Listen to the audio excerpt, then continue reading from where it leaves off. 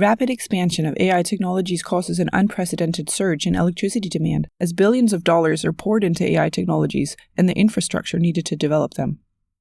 The largest US power grid anticipates a 38% increase in demand due to AI, while Irish data centers now consume more electricity than all urban homes combined, jeopardizing the entire country's climate targets. AI's energy consumption has a major carbon footprint. Over 40% of energy-related carbon dioxide emissions come from burning fossil fuels, but all electricity generation technologies emit greenhouse gases at some point in their life cycle. Every stage of the AI life cycle, dataset curation, model selection, training, fine-tuning, and inference, contributes to emissions. While model training is the most energy-intensive step, inference, using AI models, happens at a far greater scale. Use of generative AI in research, also outside machine learning, also has a carbon footprint. We set out to investigate what is actually the carbon footprint of research that primarily uses generative AI.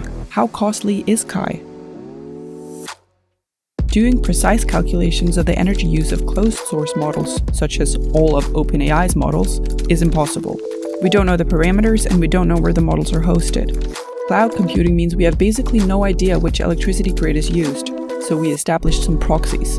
We ran some of the most popular open source models, text-to-text, text-to-image, and so forth, on local hardware and measured the energy consumption. We saw an almost linear increase in energy consumption with increasing task load, such as number of prompts or minutes of audio. Then we identified all 282 papers from the CHI 2024 corpus which explicitly describe the use of generative AI, and we manually read through them all to find out how did they use generative AI, what did they use it for, and how much did they use it. This proved pretty tricky too, because most papers didn't report the specific numbers we need to make the calculations, such as the exact length of prompts or how many times their system was tested. But these numbers matter. Each prompt has an additional carbon footprint. When the exact data was not available, we either used average numbers based on other examples from the corpus, or we simply reached out and asked the authors of the paper. We found that text-to-text models were the far most commonly used in the CHI 2024 research, and they were mostly used for prototyping and evaluation of those prototypes. The second most common modality was text-to-image, also used in prototyping but also in open-ended user studies. Developing AI, that is, the training and fine-tuning of models, is the most CO2-intensive research phase. It's not very common in CHI research, but it has an extremely high average footprint. Each paper that used generative AI in the prototyping and building phase cost on average 9.54 kilos CO2 equivalent. Most use cases of generative AI in human-computer interaction research were reported in prototyping. 176 papers built generative AI into another system. On average, these prototypes cost 11.13 kilograms of CO2 equivalent to develop. Aside from model training and fine-tuning, data generation is the most carbon-intensive HCI use, with an average of 51 kilograms of CO2 equivalent generated. Data generation means using an AI model to output large amounts of data to explore for instance, bias. This use case is not very common though. We only saw 3 examples of it in the entire corpus. We estimate the total carbon footprint of the 282 papers to be at least 4,267 kilograms CO2 equivalent. We say at least because we've made very conservative estimates when we didn't have accurate data.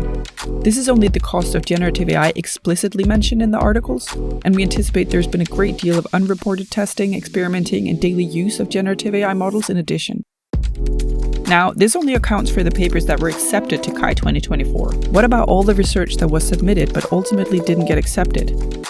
CHI 2024 rejected almost 3,000 full papers and about 1,300 extended abstracts. Since we observed that 282 papers, or about 16.5% of accepted submissions, made use of generative AI, we make an extremely conservative assumption that at least 10% of rejected submissions also used generative AI, for a total of 428 submissions. The average carbon footprint of each paper in the corpus that we could review was 15.17 kilograms CO2 equivalent. If we multiply that with our estimate of 428 rejected submissions, we get a total of 6,492 kilograms CO2 equivalent.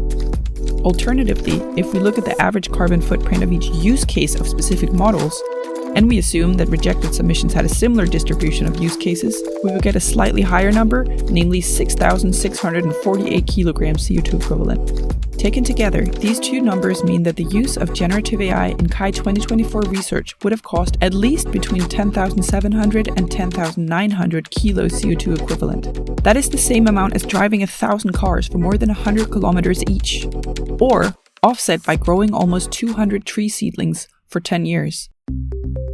There are ways of mitigating the carbon footprint caused by use of generative AI in research. The first step is increasing awareness that each use incurs a cost. Researchers themselves have a responsibility for understanding these costs and for informing others, such as funding bodies and program committees, and for using the knowledge in peer review. A second mitigation strategy is the transparent reporting of one's own research carbon footprint. We created a social science researcher-friendly calculator based on the estimates we used in this paper. This calculator can report estimated CO2 equivalents of generative AI use in research outside machine learning. Find the calculator on hcicost.com.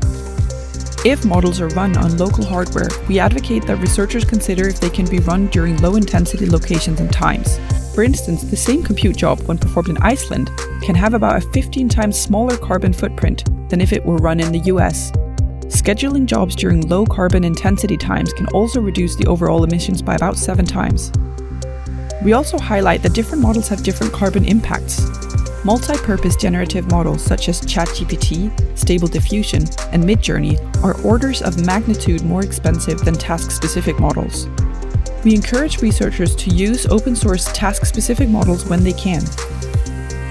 Another strategy to limit one's carbon footprint is to consider the amount of data that is truly necessary for experiments. Reusable data sets, power analysis, and better reporting of negative results, for instance, evaluations where a hypothesis is not supported, are all factors that can reduce the unnecessary generation of data just for the sake of it. Finally, we strongly encourage research communities to participate in local conference chapters to reduce their amount of conference travel. CHI 2024 took place in Hawaii, and based on averages from hawaiiclimateportal.gov, almost 4,000 attendees traveling to CHI in Hawaii would have cost a carbon footprint of more than 7,000 tons CO2. This is equivalent to driving more than 1,500 gasoline-powered cars for a whole year. There are no indications that the use of generative AI in research is going to decline in the near future, and we're not advocating that the HCI community should stop researching generative AI. In fact, we believe it would be catastrophic for the development of responsible AI if it were not thoroughly based on human-centered research. We're appealing to the research community to take responsibility for the carbon footprint that our research generates, and to take steps to mitigate our own carbon footprint when possible.